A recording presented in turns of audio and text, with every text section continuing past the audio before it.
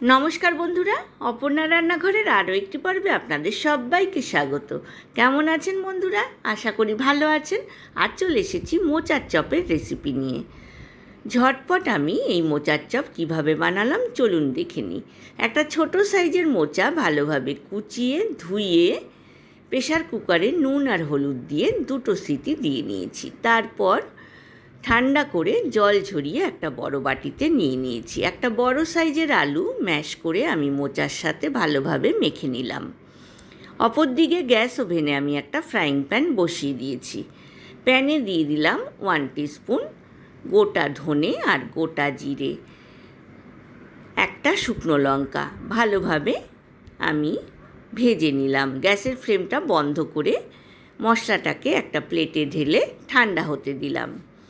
Gas ওভেনে আমি একটা কড়াই বসিয়ে দিয়ে দিয়েছি 1 টিস্পুন রিফাইন অয়েল, দিয়ে দিলাম 1/4 কাপ কুচনো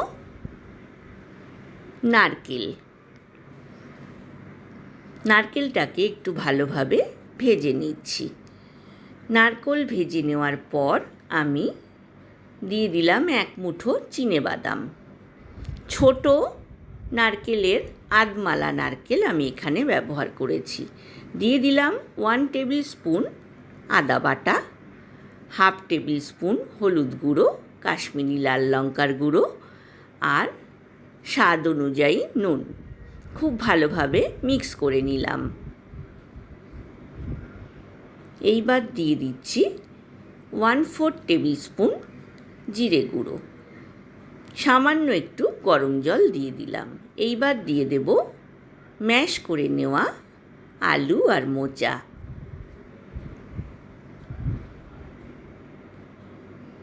সব উপকরণের সাথে আলু আর মোচাকে ভালোভাবে মিক্স করে নিচ্ছি। বন্ধুরা যারা প্রথম থেকে আমার সঙ্গে আছেন তাদেরকে অনেক ধন্যবাদ। যেসব বন্ধুরা প্রথম আমার চ্যানেলে ভিজিট করছেন তাদেরকে আমার চ্যানেলে স্বাগত জানাই। দিয়ে দিলাম 3টে থেতো করে নেওয়া কাঁচা লঙ্কা। আপনারা ইচ্ছা করলে কিন্তু বাটা কাঁচা লঙ্কা এখানে ব্যবহার করতে পারেন।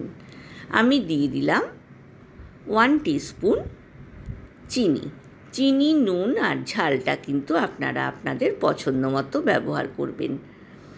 এইবার যেই মশলাটা আমি ঠান্ডা হতে দিয়েছিলাম সেটাকে আমি হামনদিস্তায় কুটে নিয়েছি। তার থেকে 2 টিস্পুন আমি এখানে ব্যবহার করলাম। আর দিয়ে দিলাম 2 টেবিল স্পুন ব্রেড ক্রাম্ব। খুব ভালোভাবে মিক্স করে নিচ্ছি। আমার কিন্তু মোচার চপের ডোটা অলমোস্ট রেডি হয়ে গিয়েছে। গ্যাসের ফ্লেমটা বন্ধ করে দিয়ে এর মধ্যে দিয়ে দিলাম 1/4 টিস্পুন গরম মশলা বাটা। এইবার একটা বারকষে ঢেলে ডোটাকে ঠান্ডা হতে দেব। একটা ছোট বাটিতে নিয়ে নিয়েছি 4 টেবিল স্পুন ময়দা, 1/4 টেবিল স্পুন বেকিং পাউডার, সামান্য একটু নুন, অল্প অল্প করে জল দিয়ে এর একটা স্মুথ ব্যাটার বানিয়ে নেব।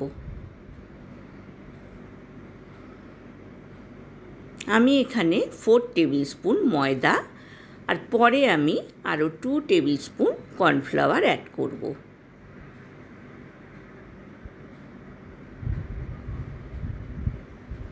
এইবার আমি অ্যাড করে নিলাম 2 টেবিল স্পুন কর্নফ্লাওয়ার।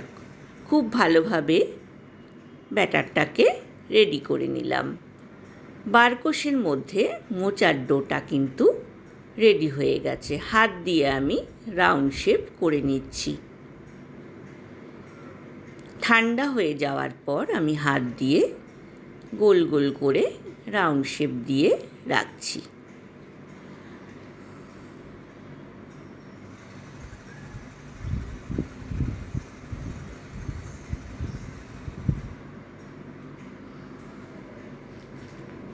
এইবার একটা বাটিতে জল নিয়ে নিয়েছি। হাতের তালুতে জল লাগিয়ে আমি একটা রাউন্ড শেপ হাতের মধ্যে নিয়ে চ্যাপ্টা শেপ দিয়ে নিচ্ছি। এইভাবে প্রতিটা চপের শেপ আমি দিয়ে গড়ে নেব। বন্ধুরা, রেসিপিটা ভালো লাগলে লাইক, কমেন্ট, শেয়ার করতে কিন্তু ভুলবেন না। এইবার এক একটা চ্যাপ্টা শেপের ডো নিয়ে ব্যাটারে ডুবিয়ে ব্রেড ক্রাম্ব লাগিয়ে, আবারও ব্যাটারে ডুবিয়ে ব্রেড ক্রাম্ব লাগিয়ে আমি রাউন্ড শেপ দিয়ে নিলাম। শেপটা কিন্তু আপনারা আপনাদের পছন্দ মতো দিয়ে নেবেন। বন্ধুরা, পাশে থাকা বেল আইকনটা প্রেস করবেন, তাহলে আমার নতুন নতুন রান্নার নোটিফিকেশান বা আপডেট কিন্তু আপনার কাছেই প্রথম পৌঁছবে। এইভাবে সবগুলো চপ আমি গড়ে নেব। গ্যাস ওভেনে আমি আগে থেকেই বেশ খানিকটা রিফাইন অয়েল হাই ফ্লেমে গরম করে গ্যাসের ফ্লেমটা লো টু মিডিয়াম রেখেছি। চপে কিন্তু সব সময় ডাবল কাটিং দিতে হয়, তাহলে কিন্তু ভেতর থেকে পুরটা বেরিয়ে যায় না বা খেতে কিন্তু অনেক বেশি ক্রিস্পি হয়। এইবার এক একটা করে আমি রাউন্ড শেপ দেওয়া চপের বলগুলো দিয়ে দিলাম। ধৈর্য ধরে ধীরে ধীরে কিন্তু আমি লো টু মিডিয়াম ফ্লেমে সবগুলো চপ বাদামি করে ভেজে তুলে নিচ্ছি। আমি পরিবেশন করে দিয়েছি বন্ধুরা কাসুন্দি আর টমেটো সসের সাথে। আপনাদের রেসিপিটা কেমন লাগলো অবশ্যই কমেন্ট সেকশানে কমেন্টস করে জানাবেন।